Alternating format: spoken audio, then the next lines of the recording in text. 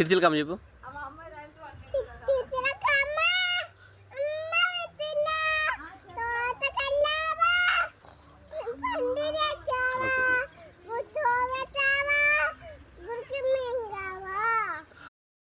first Kanchi వాడు